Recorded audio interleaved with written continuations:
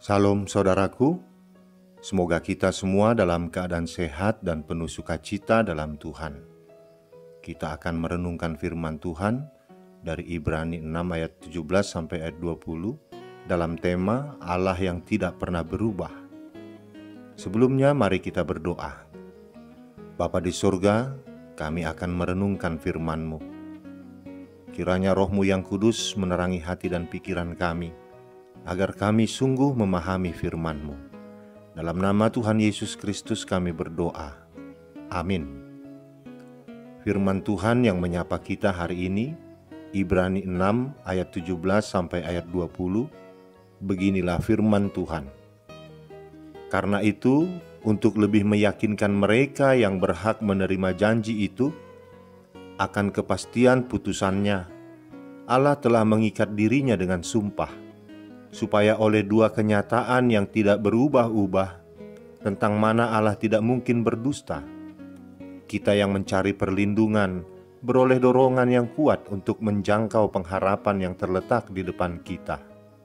Pengharapan itu adalah sauh yang kuat dan aman bagi jiwa kita, yang telah dilabuhkan sampai ke belakang tabir, di mana Yesus telah masuk sebagai perintis bagi kita, ketika Ia menurut peraturan Melkisedek menjadi imam besar sampai selama-lamanya. Demikian firman Tuhan.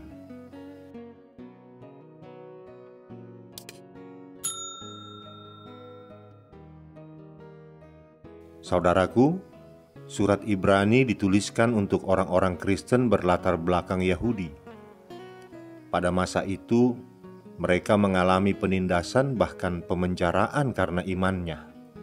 Tidak sedikit dari mereka yang akhirnya meninggalkan Yesus dan iman mereka karena hal ini. Melalui surat ini, penulis ingin menyampaikan kepada pembaca agar tetap berpegang teguh dan berpengharapan kepada Allah. Hilangnya pengharapan adalah masalah serius. Untuk menghadapi persoalan ini, penulis surat Ibrani mengambil figur Abraham sebagai contoh konkret pribadi yang sudah menerima janji-janji Allah. Karena itu penulis Ibrani perlu menegaskan sekaligus mengingatkan kembali bagaimana keseriusan Allah dalam janjinya. Dari ayat 13 sampai 16 kita bisa melihat bagaimana Allah setia dan memelihara janjinya kepada Abraham dan keturunannya. Dan bukan sekedar ucapan, Allah pun memberi tanda meterai atas janji yang diberi, yaitu bersumpah kepada dirinya sendiri. Sebab tradisi orang Yahudi dalam bersumpah adalah bersumpah mengatasnamakan orang atau sosok yang lebih tinggi dari dirinya, seperti raja atau penguasa. Berbeda dengan Allah, dalam sumpahnya Allah bersumpah atas dirinya sendiri, sebab tidak ada lagi pribadi yang lebih tinggi dari Dia. Saudaraku, kisah perjalanan hidup William Katz merupakan sebuah cerita yang dapat menjadi inspirasi bagi banyak orang. Pada waktu kelahirannya, ayah William sudah diberitahu dokter kalau ada masalah yang cukup sulit untuk ditangani. Sebab itu dokter meminta keputusan dari ayah William untuk menandatangani surat pernyataan tentang persalinan yang akan dilaksanakan. Setelah berdoa, ayah William menandatangani surat itu dengan gemetaran dan meneteskan air mata. Saat ia menyerahkan surat itu, ia berpesan kepada dokter dan perawat yang menangani agar istri dan anaknya dapat diselamatkan. Karena saya melihat harapan, ujar ayah William. Di ruang persalinan terjadi proses yang sangat sulit. Dokter berusaha keras untuk mengeluarkan bayi dari kandungan dengan selamat. Namun ketika kepala bayi itu keluar, bola mata si bayi keluar dari tempatnya dan bergantung pada ototnya. Lalu ketika berusaha mengeluarkan seluruh tubuh dari rahim ibunya, terdengar suara gemeretak, tanda ada tulang rawan dari si bayi yang patah. Akhirnya bayi tersebut berhasil dikeluarkan, tapi mirip seonggok daging yang utuh. Dan proses persalinan pun berhasil dituntaskan. Dokter menyuruh perawat untuk membersihkan tubuh bayi yang dianggap telah mati itu sebelum menaruhnya ke kantong mayat. Ketika perawat membersihkan tubuh bayi itu, ia melihat jantung si bayi masih berdetak lemah. Lalu si bayi dibawa ke dalam ruangan khusus untuk dirawat lebih lanjut. Bayi itu selamat dan diberi nama William Katz. Bayi yang diberi nama William Katz tersebut bertumbuh mirip seperti monster hidup. Jika umumnya seorang anak usia 1 tahun sudah bisa berjalan, tapi William Katz masih belajar merangkak pada usia 11 tahun. Kepala kanannya agak besar, mata kanan rusak dan tidak bisa dipakai untuk melihat. Bahunya miring, dan pada masa remaja membuat dia berjalan seperti tiang miring. Dokter sudah memvonis bahwa William Katz tidak akan seperti manusia normal, karena otaknya tidak akan sanggup berkembang, sehingga ia tidak mungkin dapat belajar seperti manusia umumnya. Namun sudut pandang dokter itu berbeda dengan kedua orang tuanya. Mereka tetap melihat harapan, dan mereka pun membesarkannya dengan penuh kasih sayang. Dalam harapannya, orang tua William berkata, seperti yang selalu diucapkan dalam doa, "Kelak anakku akan dipakai Tuhan secara luar biasa, sebab aku yakin harapan itu ada."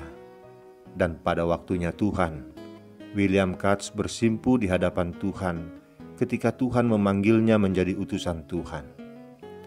Ayat yang menjadi dasar panggilannya adalah 2 Korintus 12 ayat 9. "Justru dalam kelemahanlah kuasaku menjadi sempurna." Ayat itulah yang menjadi sumber pengharapannya. Dengan segala keterbatasannya, William Katz maju untuk taat. Ia terus melangkah sampai ia mampu menyelesaikan sekolah teologi, dan akhirnya ia menjadi salah seorang utusan misi ke tanah Papua. Segala harapan William dan orang tuanya telah digenapi oleh Tuhan. Tiap langkah pelayanan William, Tuhan meneguhkannya dengan mukjizat-Nya. Hal ini menjadi suatu peneguhan bagi setiap kita, bahwa dengan berpengharapan di dalam Yesus, tidak akan pernah sia-sia. Saudaraku, tanpa pengharapan, sesungguhnya iman seseorang itu sia-sia saja. Tanpa pengharapan, kepercayaan seseorang terhadap sesuatu itu tidak ada artinya dan menjadi hambar. Sama halnya dengan iman dan penantian akan Tuhan akan sia-sia saja jika tidak diikuti dengan pengharapan. Sebab pengharapanlah yang tetap mengarahkan pandangan orang kepada Allah. Pengharapanlah yang mengkondisikan orang setia kepadanya. Penulis Ibrani menyebut pengharapan itu bagaikan sauh bagi jiwa, jangkar yang membuat orang tetap ada pada posisi yang benar dan aman, meskipun ada begitu banyak tantangan dan halangan dalam beriman. Berharap kepada orang bisa mengecewakan, sebab orang bisa dengan mudah berjanji, tetapi dengan mudah pula ingkar dan tak menepati. Bagaimana dengan Tuhan? Apakah masih diragukan bahwa janji keselamatannya adalah ya dan amin?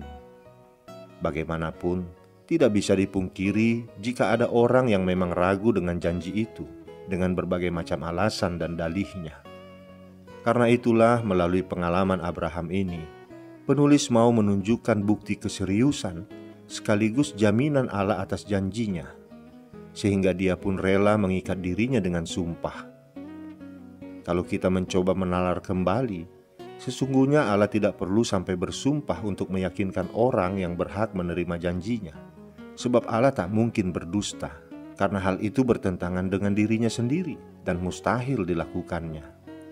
Tapi demi kokohnya pengharapan orang pada janjinya, sehingga Allah rela mengikat diri dengan bersumpah. Ini merupakan anugerah jaminan besar Allah kepada manusia. Berpegang pada pengharapan dan janji Allah bukan tanpa kesulitan. Abraham pun tetap merasakan tantangan. Namun demikian, Abraham tetap bersabar menunggu. Karena kesabarannya itu, pada akhirnya dia memperoleh apa yang Allah janjikan kepadanya. Pengharapan Abraham ini diangkat kembali oleh penulis Ibrani untuk meneguhkan iman pengharapan pembacanya, menjadikan Abraham sebagai teladan yang begitu sabar dalam pengharapan. Kalau bapa leluhur mereka pernah berhasil dalam kesetiaan dan kesabaran dalam pengharapan, maka sebagai keturunannya, para penerima surat Ibrani patut mencontohnya. Dan bukan itu saja, sesungguhnya Abraham adalah sekaligus contoh konkret betapa Allah bukanlah Allah yang pembohong. Dia adalah Allah yang menepati semua yang pernah difirmankannya, juga janji keselamatan kepada orang yang dikehendakinya. Karena itu, jika kita ragu dalam pengharapan, itu sama saja dengan meragukan Allah dalam janjinya. Sebuah sikap yang tentu saja amat mengecewakan Allah yang setia dan yang tak berubah itu. Dalam proses pengharapannya kepada Allah, membutuhkan waktu yang begitu panjang. Yang kita patut teladani dari Abraham adalah: pertama, kesabaran menunggu. Bahwa Tuhan mempunyai waktu yang sangat tepat untuk kebaikan kita, meskipun di luar pemikiran kita. Kadang-kadang kita sebagai manusia mempunyai sifat yang tidak sabar untuk mencapai tujuan hidup, sehingga untuk menjalani kehidupannya, orang lebih cenderung mengandalkan kekuatan dan pikirannya sendiri, tanpa mau melibatkan Allah. Maka hasil dari jerih payahnya sia-sia. Bila kita menunggu waktunya Tuhan, tentu merupakan suatu langkah yang tepat, meskipun di dalam menjalankannya kita tetap berusaha untuk mencapai tujuan itu. Tetapi kita harus didampingi oleh kekuatan Allah dengan cara kita berhikmat yang sesuai dengan kehendak Allah. Yang kedua, mentaati janji Allah. Allah kita adalah Allah yang tidak pernah berubah dalam pendiriannya. Di dalam kehidupan Abraham, Allah berjanji kepada Abraham akan mendapatkan keturunannya, meskipun secara fisik Abraham dan Sarah telah berusia lanjut. Secara medis tidaklah mungkin orang yang berusia lanjut mendapatkan seorang anak, karena secara biologis ia sudah dalam kondisi lemah, terutama bagi Sarah istrinya. Tetapi Abraham mempunyai kepercayaan yang sangat teguh kepada Allah, sehingga Abraham mendapatkan keturunannya di usia lanjut.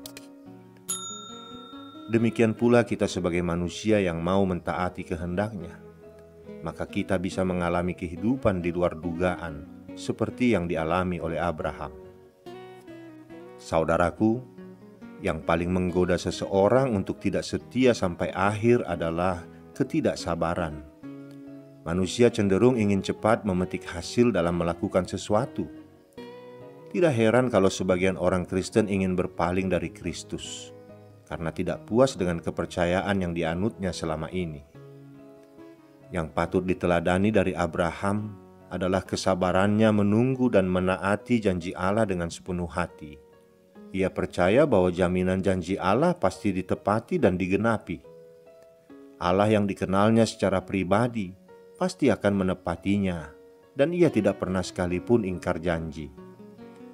Walau sebagian janji Allah kepada Abraham belum dialami langsung, namun ia memilih tetap percaya bahwa suatu ketika janji itu akan terwujud pada waktu yang ditentukan Allah. Kesetiaan, ketekunan, keseriusan, dan kesabaran sangat diperlukan dalam menunggu janji Allah. Hanya mereka yang tetap memiliki pengharapan akan dimampukan untuk melihat dan mengalami hal-hal tersebut, melampaui kenyataan yang ada pada saat ini. Saudaraku, beberapa tahun yang lalu ada gempa yang sangat besar mengguncang negara Haiti. Gempa itu cukup merusak hampir seluruh ibu kota dan beberapa daerah di negara kepulauan itu, dan banyak sekali memakan korban jiwa.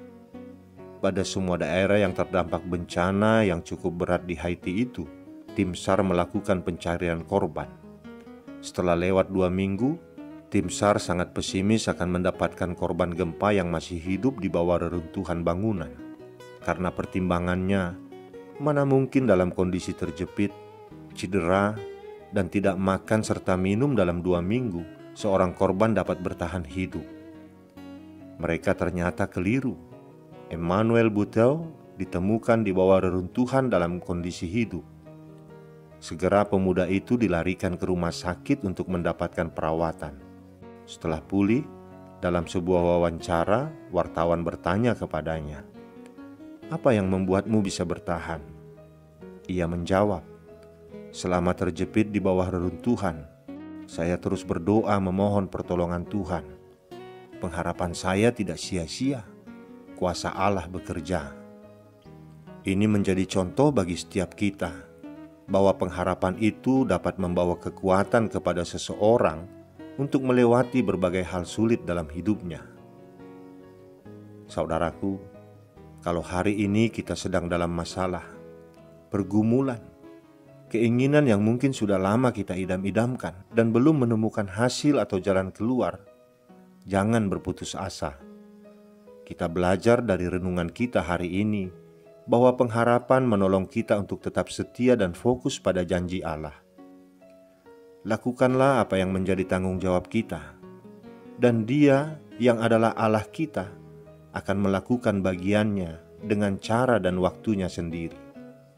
Karena itu, sandarkanlah pengharapan kita kepada Allah, sebab janji dan kesetiaannya tidak pernah berubah. Dia tidak akan mengecewakan kita. Amin. Kita berdoa. Bapa di sorga, kami bersyukur atas firman-Mu yang Kau perdengarkan hari ini kepada kami, bahwa Engkau adalah Allah yang setia, Allah yang menepati janji. Janji-Mu kepada Abraham sebagai bukti bahwa Engkau adalah Allah yang tak pernah ingkar janji. Dan Abraham sebagai teladan bagi kami, agar tetap setia menunggu janji-Mu, agar kami tetap taat di dalam firman-Mu. Ada banyak hal yang indah yang telah Engkau janjikan kepada kami Bapa, melalui firman-Mu yang kami renungkan. Namun sering ketidaksabaran kami membuat kami tidak selalu menerima janji-Mu. Tawaran-tawaran dunia ini amat menggiurkan hingga kami tergoda untuk menerimanya. Namun firman-Mu hari ini mengingatkan, menegur kami agar kami tetap bersabar menunggu, agar kami tetap menaati firman-Mu. Karena Engkau adalah Allah yang tidak pernah berubah. Janji dan setia-Mu tetap untuk selama-lamanya. Kami mau bersabar menunggu waktu Tuhan, yang kami tahu pada akhirnya akan menjadi suatu hal yang indah dalam kehidupan kami. Terima kasih Bapa. Dalam nama anak-Mu Tuhan Yesus Kristus kami berdoa. Amin. Saudaraku, kita akan berjumpa lagi di lain waktu. Kiranya Tuhan memberkati kita semua. Salam sehat, Salam.